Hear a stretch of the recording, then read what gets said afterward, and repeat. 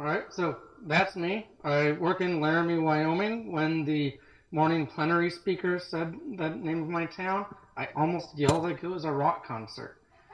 I'm going to talk today about how we want to try and make data available to stakeholders and programmers.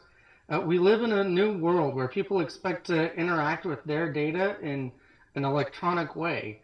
Babies all over YouTube think magazines are broken iPads.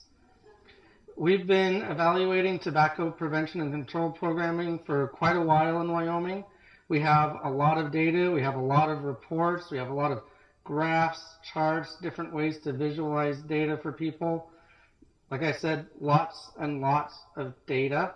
So we could either throw this at people like coming out of a fire hose, or we could present them with a way to actually pull the data that they need when they need it in the way that they want it. We provide a way for them to look at many of our survey questions and develop interactive graphs that have exactly the comparisons they want with some information about the statistics. They can download the data from those graphs into an Excel file and do whatever they want with it. We give them maps that say, look, your county's doing really awesome, or look, you don't want to tell people where you live. We put out a lot of fact sheets. If they don't like them, they can make their own.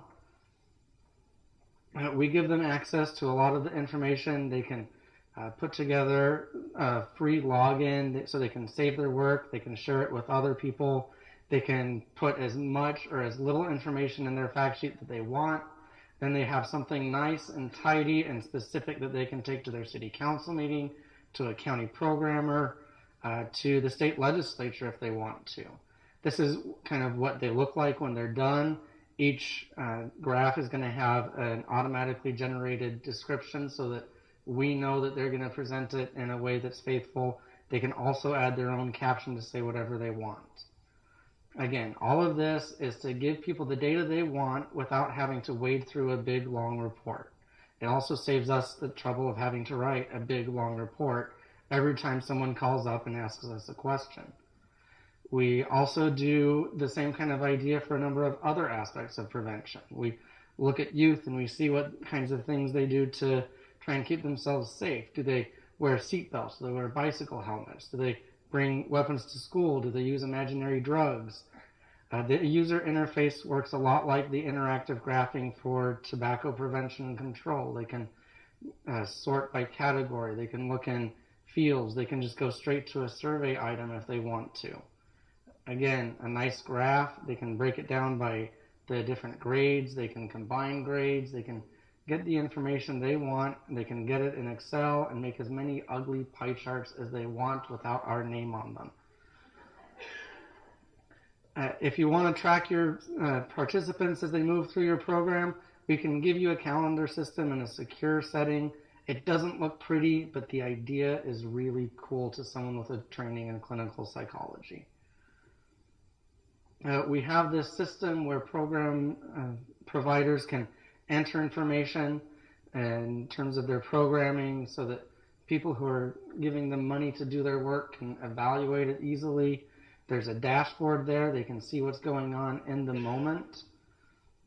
Again, pie charts are popular even though everyone says not to use them, so we give people what they want.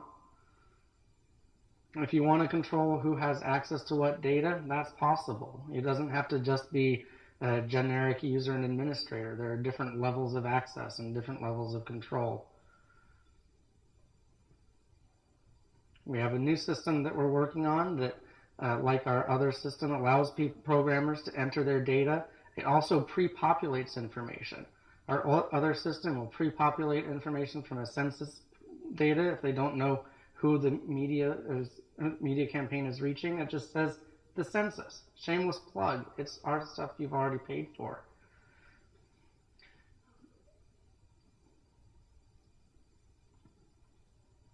Wow, I got ahead of myself. So none of this would have been possible without Christian Beshkoff and his outstanding IT team at our unit. So I just want to give him credit, and all the applause for all the work goes to him. I just put pictures together.